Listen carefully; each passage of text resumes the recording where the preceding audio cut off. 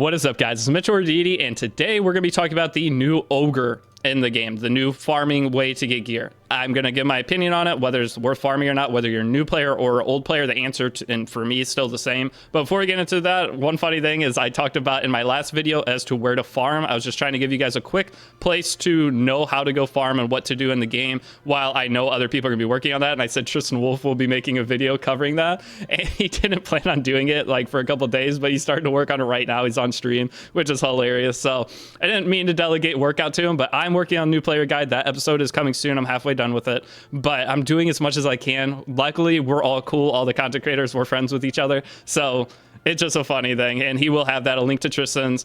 Everything will be down in the description. His YouTube. I might put his Twitch if I'm not lazy, but he is the backbone of E7 in terms of just general content. Once you progress into the game, I've taken a new player role to help people get into the game, and then you'll move over to him for the more advanced information for getting into in-game and things like that. So that aside, link will be down in the description. But now the Ogres Armory, and also any questions you guys have that you're running into. If I see enough questions of the same thing, I'll make a video over it so you guys have at least some kind of answer. Now, going in, I think they ruined this, okay? The new Ogres Armory, I do not suggest, as a new player, you're not going to farm it. The gear is mediocre. It costs half the charms of a normal piece of gear. That's not worth it. You'd rather upgrade a piece of gear that you could reforge and get full stat value out of. So personally, I would not touch this, okay? Even on a new account, the only benefit that it has is the HP set. So as a new player getting into the game, they don't give any HP sets. They give one on day 3 login and one at part 8 of the Orbis guide.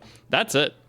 So with those, the Orbis returning player thing, I'll go into that in a second. But that's the only HP sets you get. So you can run this a couple times if you want. I think you have to for some of the missions, but I would definitely not put Skystones in to refresh the amount of times you could farm it.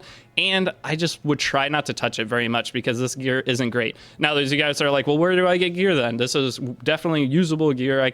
This whole event was based off of last year, the 6th anniversary. We had something called Goblin Gear. Goblin Gear was amazing because the beginning of the game didn't have all the free gear that we're currently getting with the new update. Everyone's going to be getting this gear going forward. So this gear, compared to the new gear we're getting, is way worse. You can't reforge it. You can't do anything extra with it. Again, the only nice thing is maybe getting HP set, and right side getting HP percent necklace and HP percent ring. That's the only nice thing about this. It costs 10 stamina per entry, but you're better off just farming Wyvern. Now, with Wyvern, you're going to be able to, whether you're a new player or an old player, you're going to have a Journey of Succession missions. Okay, I've already beat the Wyvern missions. I don't believe I can go back and look at them. I can, luckily, thank goodness. So with these missions, they give you every single character that you need to beat Wyvern. You're going to get Mui, Furious comes from connections, and then you're going to get your cigarette right here. You can do this in the first day of playing. It takes probably 5 hours to get to this point if you're grinding. If you're reading story, it might take you a couple days. Play at your own pace and enjoy the game, but this does not take long to get to at all. And one of the biggest things is it gives some insane gear sets. This gear is going to be way better than anything that Goblin could ever drop. It's impossible because this gear is in-game super gear that you can also reforge. That's the main benefit of it. You can use it forever, and you can even use some of the pieces for PvP. Whereas Goblin gear, you're not going to want to use that gear. I call it Goblin gear. It's Ogre gear. Just ignore that, okay? I'm going to always say Goblin gear because what it was introduced as in the past. But this gear is absolutely amazing, and there are different variants of the hunt challenges that you can go do, whether you're a returning player or a new player. New players will get the Path of Air, which is amazing. If you're on an old account trying to come back to the game, you're missing out on infinite rewards, but hopefully your account maybe has a bunch of stuff that's worth keeping. Otherwise, making a new account, man, these rewards, the gear you get between all of this and as you progress, there is no point to do the Ogre. I don't know why they introduced it, if they were going to introduce all this other stuff, or at least make it the exact same as the old Goblin farm from last year. That would have been great because you could upgrade that gear at less resources, because one of the problems at the beginning of the game is charms. You're going to get charm gated. You cannot upgrade everything you want to, and that was what the nice part about that old gear was, is you could upgrade it for, it was 90% discounted. It took almost no charms to max out a piece of gear, whereas putting the other 90% into a piece of gear to get it to plus 15 takes forever. So I highly suggest not farming that. Just go through your missions, get all your free gear, and even if you're a returning player, get all the free gear and the characters from this. You can set up your Wyvern team. I'll have the video for Wyvern today. I'll have the first episode of the guide. The second episode of guide will be going through these missions and getting your Wyvern team set up, giving you all the information you need to understand Wyvern and get yourself up and running. But once you have Wyvern, there is no point to touch that, okay? You'd rather do a broken set speed piece with HP percent on one of your characters versus putting an HP goblin piece on it, okay, to match a set. You don't care about the sets, which that will be covered as well. But whenever you see HP set, you don't think I have to have a full HP set. If I have one piece, I need a second piece. That's not the case. You care mostly about the main stat of the gear. And I will have some stuff going over gear again. I do have a gear guide, so those of you guys that are getting these crafting materials, you can go back and see my gear crafting guide. It's the exact same. Nothing's changed with gear crafting to any extent. The menu just looks different, but the overall stats you're looking for is the exact same. So now what I was saying with this is you also have the other hunt challenges. Okay, everybody has these. You can go in and get other pieces of gear. I'll go show the gear right after this, but you're going to be able to get additional gear here. And then once you go into Banshee, there's going to be another set here. Okay, this is all insanely good gear. That's the only one for these. The rest just give summons. And I don't believe there's another gear set. No, there's no other gear set, but the Wyvern one is the first one. They basically took my guide series and slapped it into this, which is amazing. It takes you step by step through.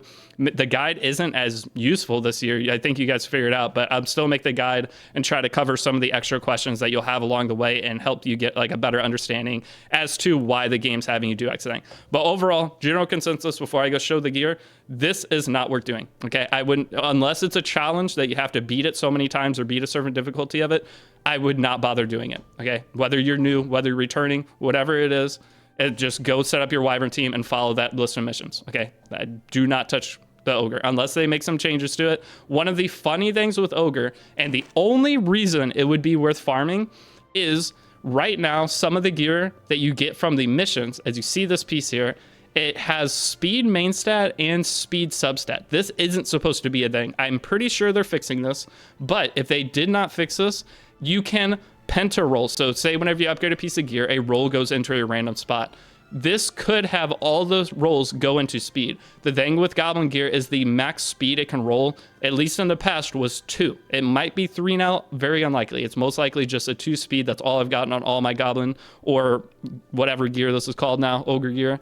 I've only gotten 2. So with 5 rolls, you could essentially get 10 extra speed, and this has a 40 speed base. So if they don't change this in the future, I'll make an updated video if this is possible.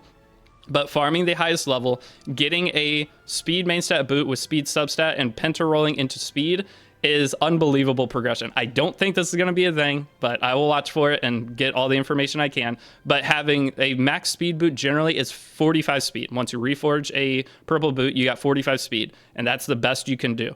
Now, if you can get this and have 40 speed plus 13, that's a 53 speed boot. So that means in-game players that have like 330 plus speed characters now have 340 plus speed characters, which is hilarious, but I don't think that's a thing that's going to happen.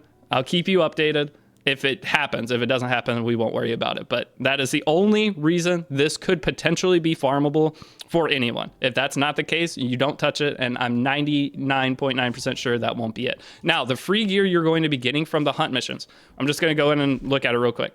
So this gear is insane. This is going to carry you through all of PvE, everything you need to get all your hunt team set up to where you never will need to touch Goblin. It has perfect substats. Your rolls could go bad, but even if your rolls go bad, these pieces are still insane, okay? So this is one of the sets that comes with Cigarette as you're going through, okay? It has attack percent, it has crit chance, crit damage, literally the perfect substats this could have. The only difference is maybe it could have effectiveness over HP, but it's not needed at all. And the other pieces do have some effectiveness to put on your other characters. So you don't need effectiveness on Cigarette. All your debuffs are going to be coming from your other core characters. Mui and Furious and Brieg will get you some debuffs as well, and you'll be good to go. You also get Song of Stars for free. So the whole Wyvern guide will be out, but this is one of the sets. All this gear is amazing. I got my first 19 speeder on the account already. It's hilarious, but it's overall the best stuff I've ever seen the game give you. So you'll just focus on upgrading this gear.